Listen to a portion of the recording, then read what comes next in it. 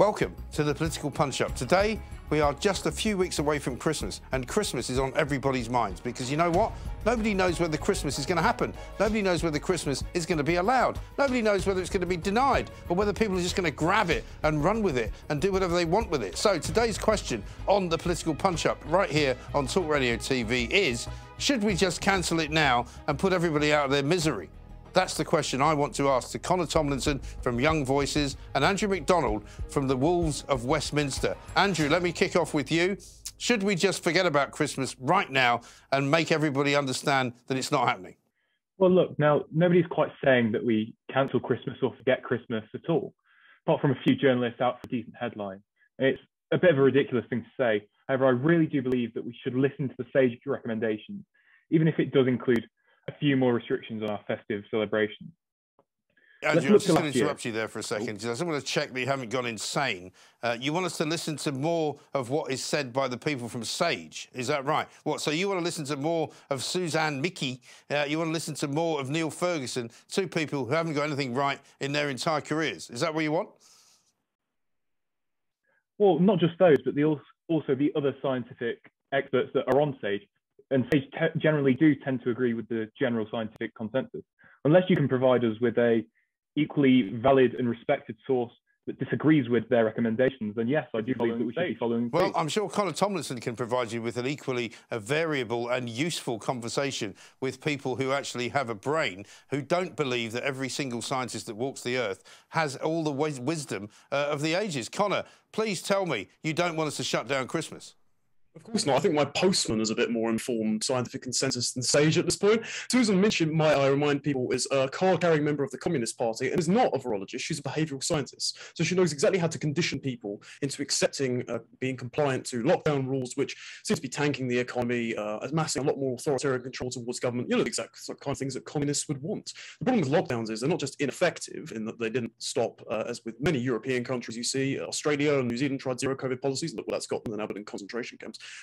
They don't stop it. Not only that, but they're also unethical in that they invert the relationship between the citizen and the state. They make it so that we have to ask the state's permission to do anything. That's not what Britain does. We're a common law country. We do things unless there are explicit permissions against it, rather than we can do things that the government says we can do. Lockdowns are fundamentally immoral, and they just don't work. Christmas is normal. One of my arguments with both of you, and you may both have a say on this, is that the uncertainty is what drives people mad. Andrew, it's one thing to say, you know, we should lock down a little bit sooner, we should lock down a little bit harder, we should worry about whether we travel anywhere. The problem for me is that at the moment the government is saying we won't know the answer to any of those questions until the 18th of December, which for most people is too late. If you've got children at school, it's the end of school term. If you're worried about going on holiday or going away to see people, you can't do it. If you want to have a Christmas party, you want to have it between now and the 18th. The point about what I'm saying is that the government surely has to make a decision, and it has to make a decision in the next few days. Well, Mike, I absolutely agree with you on that point. But I do feel that up until the 18th of December, there should be some kind of precautions put in place, i.e. the mask wearing in shops and public spaces, i.e. maybe some kind of, potentially, I don't know, I'm not a Sage scientist, but I think up until that 18th of December, where there's a definitive answer to a reintroduction of a lockdown, there should be some kind of precautions put in place to protect not us, but also the wider community. But do you understand, Andrew, how that works? Because I don't believe that wearing masks necessarily protects anybody. I don't believe restrictions on travel really protects anybody. Are you really seriously telling me that if you get on an underground train and don't wear a mask, that you will get COVID? I don't think you can say that. Well, I can't give you a definitive answer on that because each instance in contracting the virus is different. However, there is proven studies that masks do improve the chances of not catching COVID, but there is a certain distinguishment between wearing surgical masks and cloth masks and not wearing a mask at all. And even though surgical masks are a lot more effective than cloth masks, wearing cloth masks is almost 100% more safe than not wearing a mask at all. So yes, yeah, I do believe it. But you know, the point is, Andrew, Connor is going to answer you for it. But before I say that for a moment, it's all very well saying let's all dress up as surgeons as if we were about to, you know, do some kind of operation on somebody's appendix. But we don't work like that. We don't actually dress like that. I could dress up as a nurse if you want, and we could have a great time. However, that doesn't make me a nurse. And the point is, you don't have to wear a mask in order to protect yourself. Connor, tell us what you think. I'm astounded Andrew even bothered showing up if he's saying, oh, we should just defer to Sage at all times and kiss their backside and follow whatever they say. It's not like the experts don't themselves have agendas, as we've already pointed out. They're card-carrying members of different parties. Also, the idea that the N95 or respirator-based masks work a lot better than the cloth or fabric masks. I mean, number one, the cloth and fabric masks don't work very well at all. They're mainly manufactured by slave labour in China, so we're rewarding them for creating the pandemic. But the N95 masks are actually mandated in Germany, where they currently just forcibly lock down the unvaccinated because they're having a fifth surge in cases. Now, what may be actually affecting that is they never adopted the AstraZeneca jab, which seems to be the most effective one because the only one not requiring a booster, also the only one not making money from boosters, by the way. So I don't understand why he thinks any sort of decree from on high from Sage is what we should be listening to, because miles don't seem to be working. They're polluting our oceans, the lockdowns haven't worked, and they've ruined plenty of people's lives with a 6 million person waiting list in the NHS, which is going to cause a lot more deaths than COVID and actually a lot younger deaths. I don't see why Sage is suddenly the authority on this when they've got everything wrong from the modelling to their policies, and I don't see what the point of Andrew's argument is if he's just going to say listening to the disease. Yeah, Andrew, I mean, what justification can you give us for accepting, for example, that unvaccinated people should not be allowed out, that you should not be allowed to have a Christmas at all, and that, in fact, you shouldn't be allowed to go anywhere? I mean, where is the proof that any of that will work?